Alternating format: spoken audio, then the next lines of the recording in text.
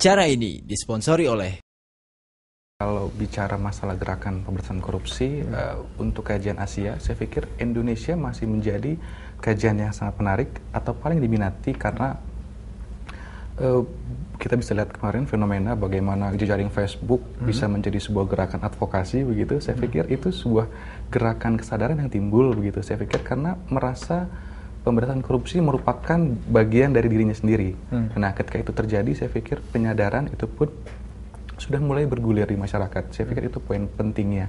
Nah, terus kemudian tadi bicara masalah pemberantasan korupsi di masyarakat, saya pikir ada beberapa tiga hal yang bisa kita kategorikan. Yang pertama, kita bicara masalah preventif, terus kemudian yang terakhir masalah represif. Nah, kemudian tentu saja pencegahan ini masuk dalam wilayah preventif, pencegahan. Nah, bicara pencegahan, bicara dari keluarga, lembaga pendidikan, sekolah, yang tadi masyarakat.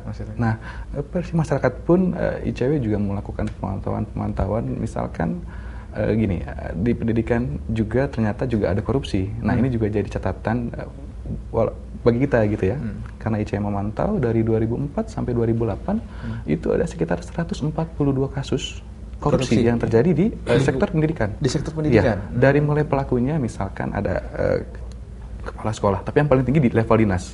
Kemudian menyusul kepala sekolah, barulah masuk staf-staf sekolah. Nah, ini pun juga jadi catatan juga, karena memang tadi seperti saya bilang. Dan di korupsi apa itu, Mas? Di korupsi bos, banyak. Apa Gini, dana bos, kalau catatan kita, BPK tahun 2009, pendidikan ada sekitar 815,3 miliar, itu anggaran pendidikan. Nah, itu ada beberapa diantaranya yang tidak jelas bukti laporan pertanggungjawabannya, terus kemudian ada yang hilang karena dikorupsi begitu.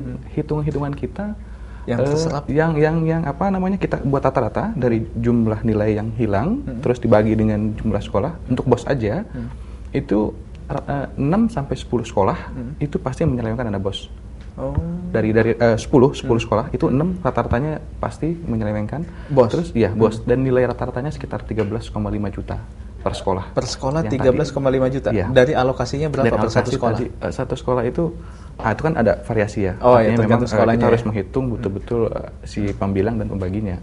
Nah, tapi itu catatannya bahwa memang kalau kita di sekolah kan aku ingat masih sekolah itu lebih banyak apa yang guruku kerjakan gitu, yang aku ingat tanamkan sekarang, bukan apa yang guruku ajarkan.